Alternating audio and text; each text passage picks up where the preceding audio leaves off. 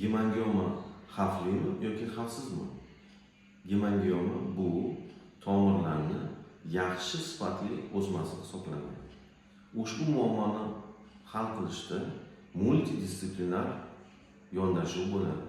Bu nima degani? Holatga qarab gemangiomani davolashda dermatolog, pediatr, onkolog va boshqa mutaxassislar jalb qilinishi mumkin. Jarrohlar ham jalb qilinishi mumkin. Shuning uchun avvalambor to'g'ri tashxis qo'yish kerak.